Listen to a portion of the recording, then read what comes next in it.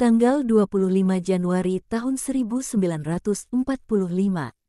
Dan aku beritahu engkau, Guru, bahwa orang-orang sederhana lebih baik. Orang-orang yang aku ajak bicara kalau tidak menertawakanku mereka mengacuhkanku. Oh, orang-orang kecil di Yuta adalah Ishak yang berbicara kepada Yesus. Mereka semua dalam satu kelompok duduk di atas rumput di tepian sungai. Ishak kelihatannya sedang memberikan laporan atas hasil kerjanya. Yudas ikut berbicara dan, suatu hal yang luar biasa, dia menyebut gembala dengan namanya, Ishak, aku sependapat denganmu. Kita membuang-buang waktu dan kehilangan iman kita menghadapi mereka.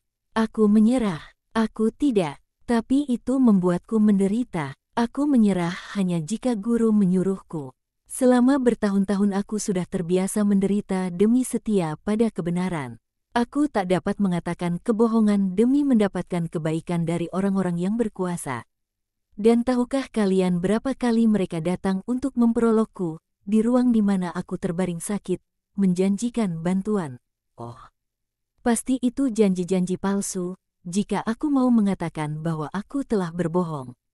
Dan bahwa engkau, Yesus, bukanlah juru selamat yang baru dilahirkan, tapi aku tak dapat berbohong.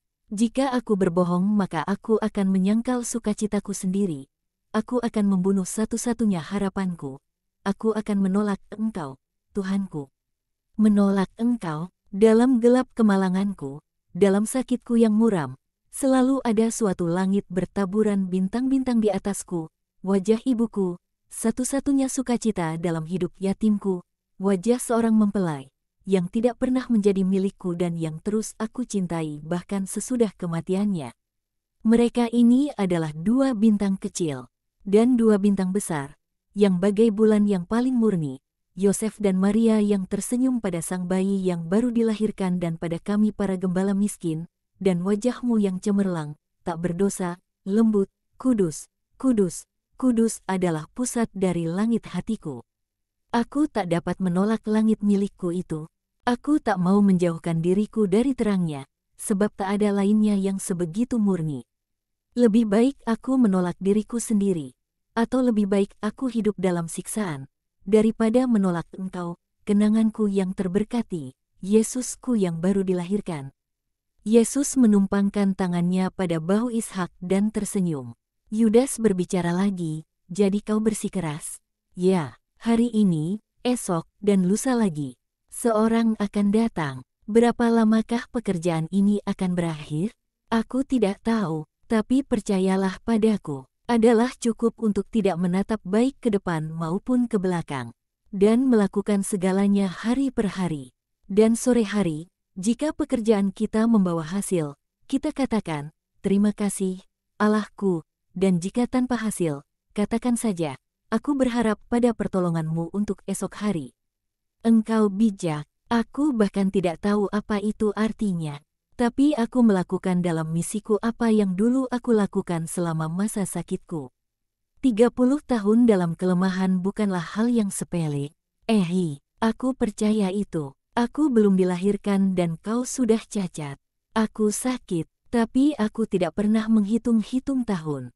Aku tidak pernah mengatakan, sekarang adalah bulan Nisan lagi, tapi aku tidak mekar lagi dengan bunga-bunga mawar. Sekarang bulan Tisri dan aku masih layu di sini.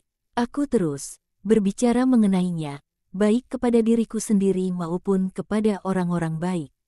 Aku sadar bahwa tahun-tahun berlalu, sebab anak-anak kecil dari masa-masa yang lalu datang untuk membawakanku manisan perkawinan mereka atau kue untuk kelahiran anak-anak mereka. Sekarang, jika aku melihat ke belakang, sekarang dari tua aku telah menjadi muda kembali, dan apakah yang aku lihat dari masa laluku? Tidak ada, itu berlalu, tidak ada di sini, tapi di surga, semuanya untukmu, Ishak, dan bahwa semuanya menantikanmu, kata Yesus. Dan lalu ia berbicara kepada semuanya, kalian harus melakukannya, aku sendiri melakukannya, kita harus bertekun. Tanpa merasa lelah. Merasa lelah adalah salah satu akar dari kesombongan manusia. Begitu juga ketergesaan. Mengapakah manusia merasa jengkel karena kekalahan? Mengapakah dia marah karena penundaan? Sebab kesombongan berkata, "Mengapa mengatakan tidak kepadaku? Begitu banyak penundaan bagiku." Ini berarti kurang hormat terhadap Rasul Allah. Tidak, sahabat-sahabatku, tengoklah segenap alam semesta dan pikirkanlah Ia yang menjadikannya. Renungkanlah perkembangan manusia, dan pikirkanlah asal-muasalnya. Pikirkanlah saat ini yang sekarang digenapi dan hitunglah berapa banyak abad telah mendahuluinya. Alam semesta adalah hasil karya dari suatu penciptaan yang tenang. Bapa tidak melakukan hal-hal dengan suatu cara yang kacau, tapi Ia menjadikan alam semesta dalam tahap-tahap yang berurutan. Manusia adalah hasil karya dari perkembangan yang sabar, manusia yang sekarang, dan dia akan semakin berkembang dalam pengetahuan dan dalam kekuasaan. Pengetahuan dan kuasa yang demikian akan menjadi kudus atau tidak kudus, menurut kehendaknya. Tapi manusia tidak menjadi cakap secara serta-merta. Orang tua pertama, yang diusir dari taman, harus belajar semuanya, secara perlahan-lahan, secara bertahap. Mereka harus belajar hal-hal yang paling sederhana, bahwa biji padi-padian lebih enak jika digiling menjadi tepung, lalu diadoni dan lalu dipanggang. Dan mereka harus belajar bagaimana menggilingnya dan memanggangnya.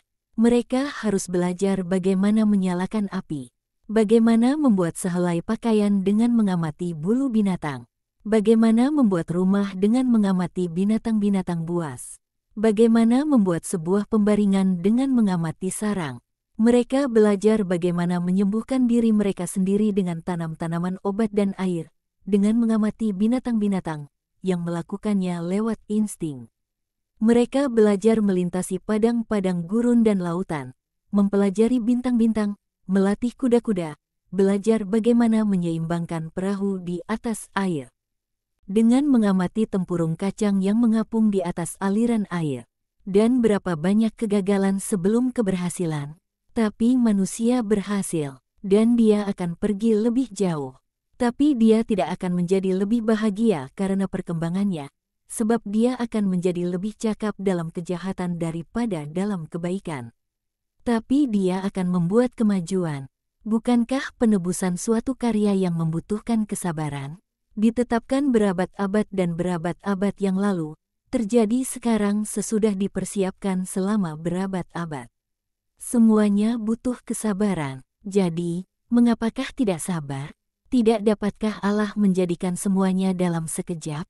Tidak mungkinkah bagi manusia, yang dianugerahi akal budi, yang diciptakan oleh tangan-tangan Allah, untuk tahu semuanya dalam sekejap? Tak dapatkah aku datang di awal abad-abad? Semuanya adalah mungkin, tapi tak satu pun yang harus dengan kekerasan. Tak satu pun. Kekerasan selalu bertentangan dengan tata tertib, dan Allah, dan apa yang berasal dari Allah adalah tertib. Janganlah berusaha untuk mengungguli Allah.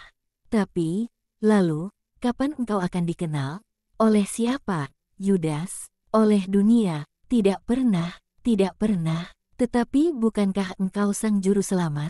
Ya, tapi dunia tidak ingin diselamatkan. Hanya 1 dari 1000 yang akan mau mengenal aku, dan hanya 1 dari 10.000 yang akan sungguh mengikuti aku. Dan aku akan mengatakan bahkan yang lebih lagi. Aku tidak akan dikenal bahkan oleh sahabat-sahabatku yang paling karib. Tapi jika mereka adalah sahabat-sahabat karibmu, mereka akan mengenalmu. Ya, Yudas, mereka akan mengenal aku sebagai Yesus orang Israel. Tapi mereka tidak akan mengenal aku sebagai siapa aku. Aku dengan sungguh-sungguh katakan kepada kalian bahwa aku tidak akan dikenal oleh semua sahabat karibku. Mengenal berarti mengasihi dengan setia dan dalam keutamaan, dan akan ada yang tidak mengenal aku. Yesus mengambil sikap pasrah dan kehilangan semangat seperti yang biasa dilakukannya apabila ia memaklumkan pengkhianatannya di masa mendatang. Ia membuka kedua tangannya dan mengulurkannya, berbalik ke arah luar. Wajah dukanya menatap bukan pada manusia maupun surga, melainkan hanya pada takdir masa depannya dari seorang yang dikhianati. Janganlah berkata seperti itu, mohon Yohanes. Kami mengikuti engkau, untuk semakin mengenal engkau, kata Simon, dan para gembala menggabungkan suara mendukungnya. Kami mengikuti engkau, seperti kami akan mengikuti seorang mempelai dan engkau lebih terkasih bagi kami dibandingkan dia. Kami lebih cemburu kepadamu daripada kepada seorang perempuan. Oh, tidak, kami sudah mengenal engkau begitu jauh hingga kami tak dapat mengacuhkan engkau lagi. Dia, dan Yudas menunjuk pada Ishak, mengatakan bahwa menyangkal kenanganmu sebagai seorang bayi yang baru dilahirkan akan lebih memilukan daripada kehilangan hidupnya. Dan engkau tiada lain adalah sang bayi yang baru dilahirkan. Kami mengenal engkau sebagai manusia dan guru. Kami mendengarkan engkau dan melihat karya-karyamu. Sentuhanmu, napasmu, ciumanmu, semua itu adalah konsekrasi yang terus-menerus bagi kami dan pemurnian yang terus-menerus bagi kami. Hanya setan yang dapat menyangkal engkau setelah menjadi sahabat karibmu. Memang benar, Yudas, tapi akan ada satu, celakalah dia, aku yang akan menjadi algojo baginya. Tidak, serahkan keadilan kepada Bapa, jadilah penebusnya, penebus dari jiwa ini yang condong kepada setan. Tapi marilah kita mengucapkan selamat tinggal kepada Ishak. Sudah sore, aku memberkatimu, hambaku yang setia. Kau tahu sekarang bahwa Lazarus dari Betania adalah teman kita dan bersedia membantu teman-temanku. Aku pergi, kau tinggal di sini. Siapkanlah tanah Yudea yang kering kerontang bagiku. Aku akan datang kemudian. Apabila perlu, kau tahu di mana mendapatkanku. Damaiku besertamu. Dan Yesus memberkati dan mencium muridnya.